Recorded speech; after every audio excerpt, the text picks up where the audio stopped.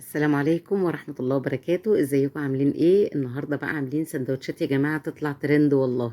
السندوتشات دي كانت رائعة جدا، تحفة جدا. مش قادرة اقول لكم طعمها عامل ازاي، نظافتها، الفينش بتاعها، المكونات بتاعتها حاجات بسيطة وكلها موجودة في قلب البيت ومش مكلفة. احنا لو اشترينا شوية السندوتشات دول من بره البيت هيتكلفوا جامد جدا وهيبقوا غاليين جدا كمان، بقى ان احنا مش ضامنين النظافة زي ما احنا بنعمل في البيت. يلا نصلي ونسلم ونبارك على رسول الله صلى الله عليه وسلم، ودايما نذكر ربنا كده واحنا بنعمل اكلاتنا، ربنا يطرح فيها البركة ان شاء الله. واعملوا لنا لايك يا جماعة، اللايك ده بيفرق معانا كتير. اعملوا لنا كومنت حلو، شجعونا كده، يعني احنا محتاجين دايما دعم، محتاجين تشجيعكم، محتاجين ان انتوا تقفوا جنبينا. يلا بينا نشوف الخطوات عاملة ازاي. والساندوتش زي ما انتوا شايفينه قدامكم كده تحفة جدا. اول حاجة ان شاء الله هنعملها، هنقطع شوية بصل كده وشوية فلفل الوان، طماطمايه تكون ماسكة نفسها كده، ونشيل البذر منها. زي ما انتم شايفين كده الفيديو الصوت بتاعه الاصلي باظ. كان عندي بقى بانيه متبلاه، انا متبلاه علشان اعمله بانيه، فكنت محتاره في الاكل يومها ومش عايزين ياكلوا خضار.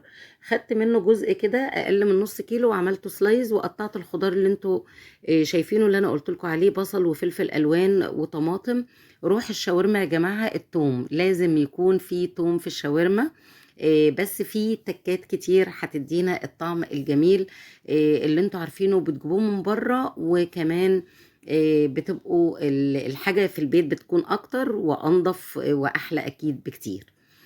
اول حاجة هحط زيت على سمنة او زيت بس زي ما انت عاوزة في المقلاية كده، وهنسخنها كويس جدا، نسخن الزيت كويس وننزل فيه الشاورما بتاعتنا علشان تاخد صدمة، عشان الصدمة ديت بتحافظ على السوائل اللي موجودة في الفراخ او اللحوم على العموم. هنقلب بقى بس بعد ما تاخد الصدمة بتاعتها وما يبقاش فيها مية خالص كده. هنحط نص معلقة من التوم المفروم. نخلي بالنا علشان التوم المفروم ده يا جماعة بيبقى عليه ملح، فما نزودش في الملح قوي. وكمان الشاورما عندي دي اللي انا عاملاها المرة دي كانت بانيه متبل، فواخد الملح بتاعه. يعني في الاخر ممكن نرش شوية ملح خفيف قوي وفلفل كده علشان الخضار اللي احنا ضفناه بس.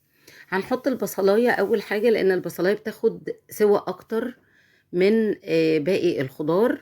الخضار بيتحط تباعا كده في الشاورما بالذات يا جماعة، عشان كل حاجة ليها سوى مختلف عن التانية. هندي للبصلاية تشويحة لحد ما نكمل التسوية بتاعتها تدخل في السوى. وبعدين نبدأ نحط بقى الفلفل الألوان، لأنه برضو بياخد تسوية أكتر شوية من الطماطم وأقل من البصل. واحدة واحدة كده، وخليكم معانا للآخر علشان المنتج اللي احنا عاملينه يطلع على أكمل وجه، ويطلع حاجة جاهزة كده وجميلة وأحلى كمان من الجاهز. آخر حاجة بقى الطماطم هنحطها ونديها تشويحة كده، تاخد نفس وطعم السوا بس، لكن مش عايزينها تتعصر في قلب الأكلة بتاعتنا. زي ما انتوا شايفين كده الشكل والألوان تحفة. زي ما انتوا شايفين بنقول العين بتاكل. الأول كمية الشاورما دي يا جماعة أقل من نص كيلو بانيه، زي ما قلت لكم هيعمل لي 10 سندوتشات حلوين جدا بالعيش اللي هو البلدي السياحي اللي انتوا شايفينه ده. بشرت بقى، او عندي موتزاريلا مبشورة، هي كانت لازقة في بعضها كده فبشرتها، وبدأت احطها بعد ما الشاورما تبرد، علشان انا مش عايزاها تسيح وهي لسه ما اتحطتش في السندوتشات، انا عايزاها تسيح جوه السندوتش. فهنبرد الشاورما الاول وبعدين نحط عليها الموتزاريلا كده. اي اضافات بقى، تحطي زيتون، تحطي اي خضار انت عاوزاه. عامله بقى صوص جميل كده، كاتشب على مايونيز. هنقلبه، مش عارفه هو باين في الصوره، باين اهو. الاتنين مع بعض الميكس ده بيدي طعم حلو قوي يا جماعه، دايما بعمله علشان انا ولادي مش بيحبوا التوميه. لو عايزين نعمل توميه جنب الاكل ديت هتبقى لذيذه برضو.